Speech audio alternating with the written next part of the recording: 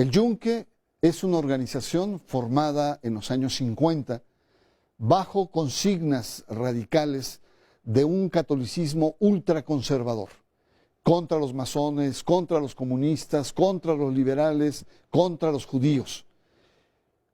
Buscaban el reinado de la doctrina católica como eje rector para conducir la sociedad.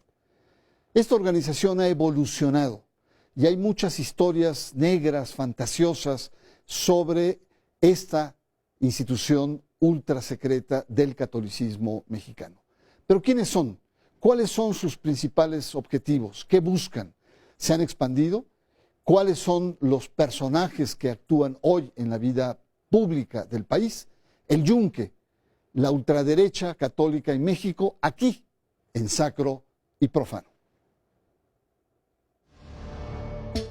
El Yunque nace en la década del 50 en el estado de Puebla. La organización tuvo un carácter secreto y se enfocó en el adoctrinamiento de jóvenes de clase media y alta en círculos universitarios. El nombre del Yunque viene de ese bloque de hierro durísimo sobre el que se trabajan los metales al rojo vivo, golpeándolos con un martillo. Por ello, el Yunque se caracteriza por pretender instaurar un orden social cristiano desde una delirante y rígida militancia con el propósito de construir una sociedad regida por los valores cristianos. A esta organización se le identifica con la ultraderecha católica. Es heredera de lo que el sociólogo francés Émile Poulat denominó catolicismo social intransigente, es decir, su apuesta histórica que no está a debate, cuyas raíces se remontan por el tajante rechazo a los valores y sistemas sociales construidos por la modernidad. El Yunque ha tenido diferentes rostros como El Muro, Guía, DIAC y mucha incidencia en grupos conservadores como Provida, la Unión Nacional de Padres de Familia y ahora el Frente Nacional por la Familia. Actualmente el Yunque tiene una notable expansión a diferentes países de América Latina. En su libro Los secretos del Yunque, Luis Paredes, notable militante yunquista, nos habla de la vigorosa expansión a Colombia, Perú, Chile, Puerto Rico y particularmente España, al grado que los obispos españoles han alertado su existencia y métodos de infiltración. José de Jesús Castellanos López, vicerrector de la Universidad Vasco de Quiroga de Michoacán, miembro de la organización, reconoce que va saliendo de la clandestinidad y que una de sus caras visibles es la organización del bien común. Bienvenidos a Sacro y Profano. Esta noche nuestro tema es un tema central en la vida política, cultural, religiosa, ya que estamos hablando del Yunque, esta organización secreta durante décadas, que recientemente a través de unas declaraciones de Jesús José Castellanos, el rector de una universidad de Michoacán, habló del Yunque, habló de su existencia, de su presencia, de su evolución y sobre todo de este tránsito de ser una organización ultrasecreta de derecha, de ultraderecha católica, a una organización discreta, como él le llama, mucho más abierta. Y para conversar sobre el tema yo agradezco mucho a Edgar González Ruiz, muchas gracias, un experto de años, de décadas sobre el tema de la derecha y ultraderecha católica en México. Y quisiera preguntarte así, a bote pronto, ¿qué es el Yunque? Sí, en primer lugar, muchas gracias, Bernardo, por tu invitación. Es un gusto estar aquí en Sacro y Profano. El Yunque lo podemos definir con tres características fundamentales. Es un grupo católico, o sea, actúa dentro del marco de la Iglesia Católica, no se sale de ese terreno, no es un grupo de tipo, digamos, pro-nazi, pro-neofascista, no está dentro del catolicismo. Claro, del más derechista a la ultraderecha dentro de ese marco, pero ahí actúa. Es un grupo secreto y es un grupo conservador. ¿Qué quiero decir muy brevemente con qué es un grupo conservador? Un grupo que se opone al Estado laico desde el punto de vista de promover la autoridad y el poder de la Iglesia Católica en la sociedad. Es eso. Bueno, esto tiene muchas consecuencias de las cuales podríamos hablar después, pero muy resumidamente es eso. Y secreto, no es semisecreto, no es que a lo largo de la historia haya guardado cierta discreción, es un grupo, fue y es un grupo estrictamente secreto. O sea, al grado de que incluso el nombre, la existencia misma de la organización del Yunque, era Organización Nacional del Yunque, se mantuvo en secreto. Obviamente sus integrantes lo sabían, claro, muchos obispos, o todos, por lo menos muchos sí lo sabían. Y hasta lo apoyaban.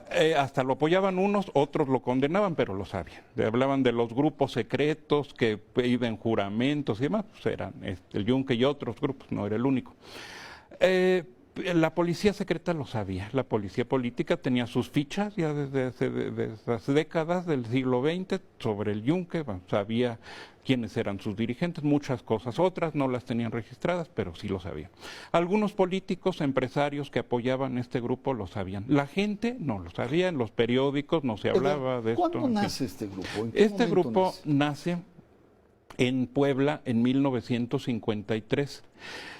Lo funda Ramón Plata Moreno, también un egresado de la Universidad, ingeniero de la Universidad Autónoma de Puebla, y que viene nace el Yunque en esta época de las luchas que se llamaban entre FUAs y carolinos, FUA por Frente Universitario Anticomunista, que fue el primer membrete que adoptó el Yunque, y los carolinos, los de izquierda, porque estaban en el edificio. Pero eran Guerra pleitos. Fría, entonces. Exactamente, la Guerra Fría y la guerra, el enfrentamiento en la Universidad de Puebla entre derecha e izquierda.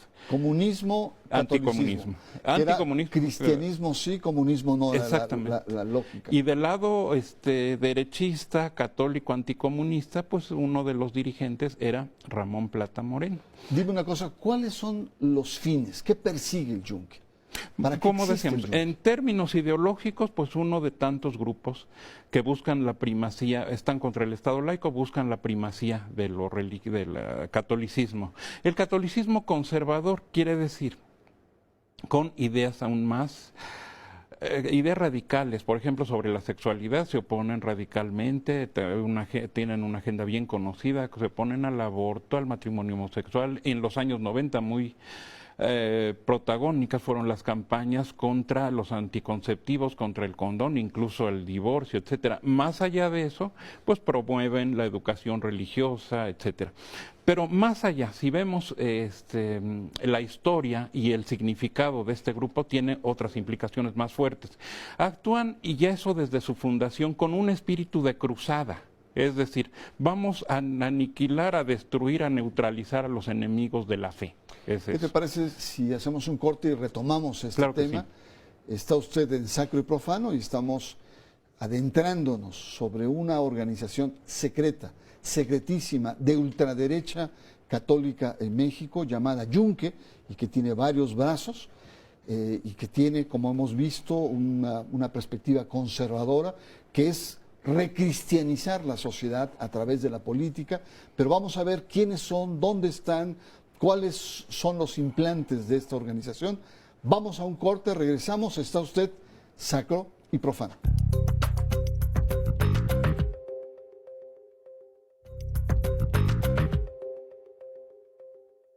El Yunque en México, una organización ultrasecreta de carácter tradicionalista, de un catolicismo ultraconservador, que desde los años 50, nos ha dicho nuestro experto, 53, entra en escena justo en una atmósfera de Guerra Fría. Y nos hablaba Edgar que sus fines o su actitud era de los cruzados, ¿no? Un espíritu de cruzada con este arquetipo de la guerra contra los infieles, digamos, ese arquetipo antiquísimo. Y si lo reflexionamos, es un rasgo que se contradice con la naturaleza de una sociedad democrática, es plural. Entonces, vamos a lograr que toda la sociedad sea cristiana, o sea conservadora, entonces se niega la pluralidad, obviamente. Es un espíritu totalitario en este sentido. Bueno, pero además hay otro rasgo. No solamente son comunistas. Contra los judíos, contra los masones, así es, contra los liberales, feministas, incluso contra la iglesia progresista, contra la iglesia, no nada más los que están fuera de la iglesia, también sus correligionarios que no comparten su visión del mundo. Y sus métodos eran muy violentos. Eran muy violentos, lo cual, eso sí te quería comentar. Eso se propicia cuando una organización o pensemos también en una persona en quien se actúa de manera anónima, actúa de manera secreta, pues ataca y nadie puede saber quién es porque actúa en el secreto. No existe públicamente y entonces se presta a toda esta violencia, tanto verbal como incluso física, como se sabe en la historia de muchas de las organizaciones que han dependido del Yunque. El Muro, por ejemplo, Movimiento Universitario de Renovadora Orientación, que floreció en la UNAM y en otras universidades en los años 60, pues toda una estela de actos violentos. Y en esta historia, y hasta asesinatos ha habido en toda esta estela, ya no hablo específicamente del Yunque, de todas las organizaciones del Yunque. O sea, entonces, la violencia como es método. significativo, así es la violencia y la infiltración, el secreto, la infiltración en otras organizaciones, el poner a sus dirigentes a encabezar otras organizaciones que finalmente van a pasar a depender del Yunque, van a ser como títeres, ¿verdad? Del Yunque. Ahora, Edgar, déjame preguntarte, haciendo un brinco, de los años 50 para acá, ¿qué grandes personajes públicos podemos afirmar que vienen de esta organización del Yunque? Muchos, y sobre todo me voy a referir a las etapas más recientes. Un fenómeno muy natural, el Yunque se infiltra en el PAN, tiene gran presencia en el PAN, entonces llega el PAN a ocupar, a tener más espacios de poder, gana elecciones, pues también el Yunque, obviamente, porque es una fuerza predominante, muy influyente dentro del PAN. 3 expresidentes nacionales del PAN, nada más, en los últimos tiempos. ¿Quiénes son? Luis Felipe Bravo Mena en los años 90, Manuel Espino Barrientos ya en el 2005 y César Nava Vázquez, nada menos. Los 3, ya en la etapa panista. ¿Algunos gobernadores que pertenecen? Muchos gobernadores, yo haciendo un recuento diría que la mayoría pertenecen o directamente al Yunque o han participado en organizaciones filiales del Yunque. Pero menciono de los casos más conocidos, gobernadores de Guanajuato, como Manuel Oliva, como Juan Carlos Romero Hicks, gobernador, el exgobernador de Jalisco, tan criticado por su actitud así ultra conservadora, González Márquez, Emilio González Márquez, muchos presidentes municipales, funcionarios de alto nivel. Recordemos, por ejemplo, a José Luis Loje en un puesto estratégico en Conagua, el que proviene del DIAC, que es uno de los grupos filiales o membretes del Yunque, en fin. Ya párale porque me estás poniendo los cabellos de punta, mi querido Edgar. Pero a ver, infiltran, se meten en organizaciones, copan, llegan a ciertos espacios. Entonces, tienen un nivel de formación, de preparación político agudo. Cuéntanos un poco el perfil del militante del Yunque. Esto es muy, muy interesante. No es obviamente, los grupos conservadores en general y el Yunque en particular, dentro de esa ideología, pues no son personas que vengan de sectores populares o no es una ideología que nazca de las necesidades del pueblo. Por lo contrario, son personajes que están muy bien relacionados, muy bien ubicados en las élites empresariales, políticas, religiosas incluso, o sea, con vínculos. Un perfil empresarial. Muchos de ellos son empresarios y muchos derivan en ser luego políticos del PAN, sobre todo es el partido donde ha tenido más presencia el Yunque. Entonces esos sectores acaudalados, sectores poderosos, una iglesia para los ricos. El Yunque forma parte de ese contexto de la iglesia para los pudientes, para los que busca a través de una cooptación del poder o de los poderes la recristianización de la sociedad y sobre todo una perspectiva conservadora. Eso en el plano ideológico exactamente lo que tú dices, pero más allá de lo ideológico persigue otros objetivos el Yunque, claro que sí, persigue la obtención del poder, de la riqueza, de todos los beneficios materiales y la influencia social, cargos políticos, crecimiento de empresas, ocupar lugares importantes dentro de la sociedad, de los partidos. Son ya ambiciones terrenales, ambiciones personales, suelen florecer por un lado, dentro de los grupos secretos. Por otro lado, es una triste realidad de la historia. Si nosotros vemos en qué hubo como secuela de estas cruzadas, sea de tipo que sea, pues intereses materiales. Finalmente eso derivó en el enriquecimiento de algunos personajes que tomaron como bandera la conversión de determinados pueblos. Esto es una red de enriquecimiento personal más allá de los fines, digamos, amplios que persiguen. Sí, aceptemos ahora, que persiguen ciertos fines ideológicos, pero se da de más. Tú has puesto como experto en este tema, nos has expuesto esta internacionalización de estos grupos. ¿Qué medidas? ¿Dónde se han colocado con fuerza? ¿El Yunque se ha expandido? Lista, claro que sí, te voy a comentar. Los investigadores acerca de estos grupos en diferentes países proporcionan una lista de 21 países, incluyendo México, donde se han expandido. Te lo voy a leer. México, Guatemala, El Salvador, Nicaragua, Costa Rica, la gran parte de Centroamérica, Colombia, Venezuela, Chile, Argentina, Uruguay, Brasil, Estados Unidos, España, Francia, Filipinas, fíjense, hasta Asia, bueno, si bien un país con influencia católica, pero por la influencia española, bueno, Austria, Alemania, Bélgica, Polonia, Europa, o sea, occidental y oriental, Ecuador y Perú. Son los países donde se ha comentado, se ha detectado me tengo que ir a un corte, pero antes de irme rápidamente, España es el país más fuerte. Es el país donde más. Y además donde ha sido proscrito, ha sido cuestionado. Y han tenido, a diferencia de lo que ha pasado en México en general, allí sí han tenido fuertes problemas legales. Sí. Vamos a un corte, está usted en Sacro y Profano, y ya vio, en este es aspectos más concretos en torno al Yunque, personajes de la vida política.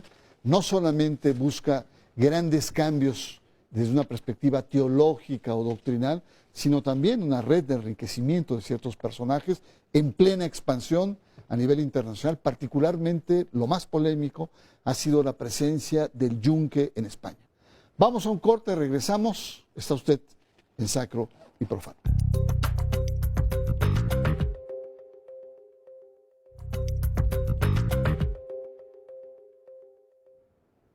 El Yunque, una organización de ultraderecha católica, es el tema de Sacro y Profano.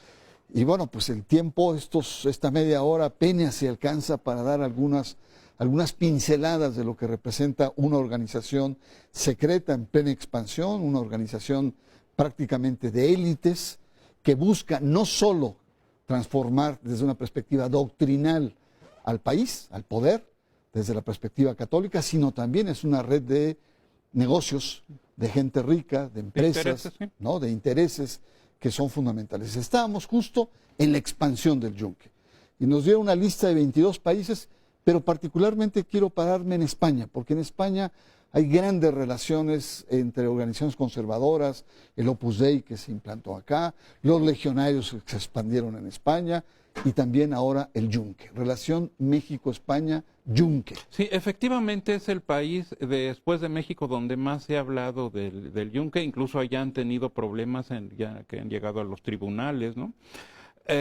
Problemas legales. Y la relación es natural, en la época del franquismo floreció esa relación y siempre ha existido entre la derecha, los sectores conservadores de México y de España hacia México, el Opus Dei, de México hacia España, los legionarios de Cristo, y ahora pues el Yunque es la continuación natural. Otro país. Que además con grandes personajes en España. Además con grandes personajes. Del Partido Popular y hasta un vicepresidente. Ignacio Arzuaga, que es encabeza la red web y además la organización Yo Influyo, que se supone que es el principal membrete del Yunque, pues está emparentado con nada menos que un vicepresidente de España en la época de Aznar, exministro de España, exdirector del Fondo Monetario Internacional a ese nivel. Y está también Arzuaga, pues dentro de un contexto de la aristocracia española, él mismo es empresario, abogado y empresario. Entonces, imagínense de qué poder se dispone. Podemos seguirnos, mi querido, pero en tus estudios hemos tocado nada más el tema de la relación entre el Yunque y la Iglesia. ¿Por qué no lo abres un poco más? ¿Cómo la Iglesia apoya, estimula o incluso también frena a esta organización ultra secreta? Sí, en primer lugar, según algunas investigaciones, hubo sacerdotes jesuitas 2 o 3 sacerdotes jesuitas involucrados en la formación y la promoción del yunque. Bueno, sin embargo, también a un nivel más alto, los obispos obviamente sabían del yunque, algunos lo apoyaban. El caso más conocido, Octaviano Márquez y Toriz, que fue el... Estás hablando de los años 50. Claro, de la formación, o sea, 50, de los 60 principios. Y otros obispos como Mario Miranda, de aquel arzobispo de México, que lo condenaron en varias ocasiones. Curiosamente, cuando se hacen las condenas, decían muchos, está condenado al muro, o sea, el membrete está condenando al muro. O sea, ha habido contradicciones con algunos obispos estaba condenando como Miranda. al yunque porque a la sociedad secreta. Corripio también no era muy simpatizante del yunque. Algunos entonces no Sin lo embargo, ahora hablan que el cardenal Norberto Rivera está apoyado. Hay dos cosas. Por un lado, los cardenales más conservadores, Rivera, pues tiene una línea muy similar a lo que serían las acciones, la posición del yunque, y ahí sí se ve una afinidad, si no explícita, sí por lo menos. Bueno, Castellanos que hablábamos, que había hecho la declaración, fue vocero trabajó en la arquidiócesis. Fue vocero de la arquidiócesis. Fue vocero. Así es, entonces, pues sí. Pero ¿qué gana y qué perspectiva tiene el episcopado al apoyar? Ahora lo hemos visto con las marchas de matrimonios igualitarios. Por ejemplo, donde participó el yunque y encabezó el arzobispado también, ese activismo, ¿no?